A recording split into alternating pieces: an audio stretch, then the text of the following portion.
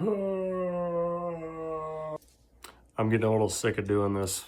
This is a GFI device. It's an outlet. You've probably seen them in your house or in your garage or somewhere. Got little buttons on them, test and reset usually. We're gonna go over what they are. What the heck is GFCI protection even? A ground fault circuit interrupter. GFCI protection. To best explain this, we should go over the difference between a ground fault, a short circuit, and an overload. Ground fault, because we're talking about a ground fault circuit interrupter. This is what we are interrupting, is a ground fault. A ground fault is a short circuit.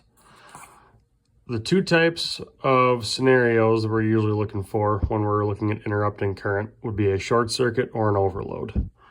A short circuit, in my own words, excessive current outside its designated path. An overload being an excess of current confined to its designated path. So, here, due to budget cuts and my lack of planning, not buying a whiteboard, we're doing this on a chunk of freaking box because I'm ghetto. So here is our GFI device.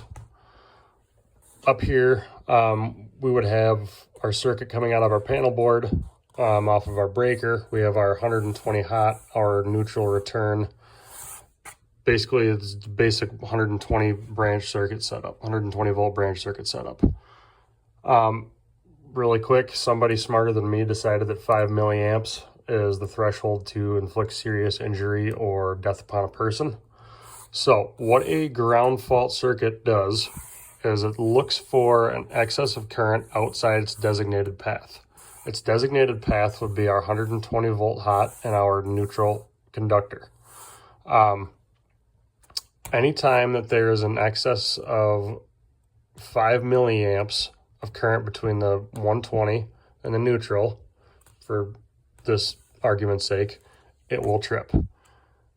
Current coming out to our devices must equal current going back. If there's any less coming back, it's going somewhere else, and that's what we're trying to stop.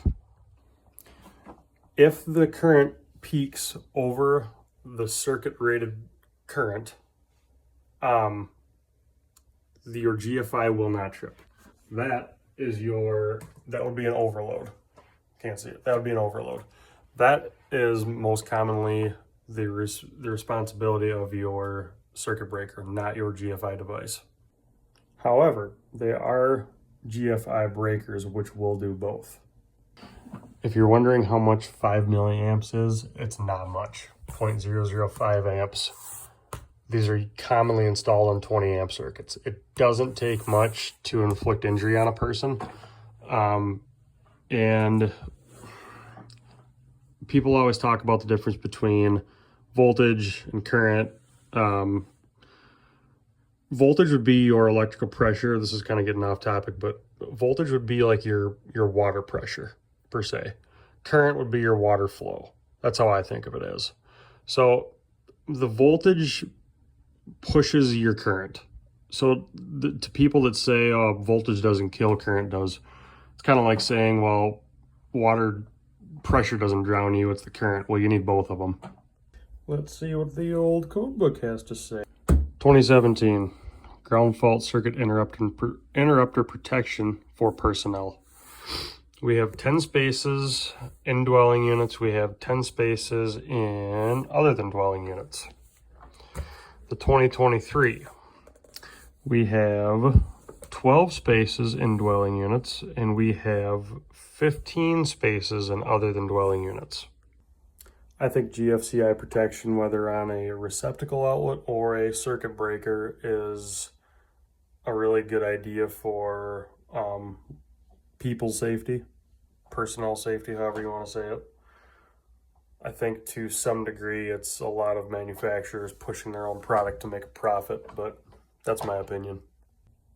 In summary, we want current to stay where it's supposed to be going on our ungrounded conductor and our grounded conductor. No current is supposed to be on our equipment grounding conductor. We don't want it going outside of that.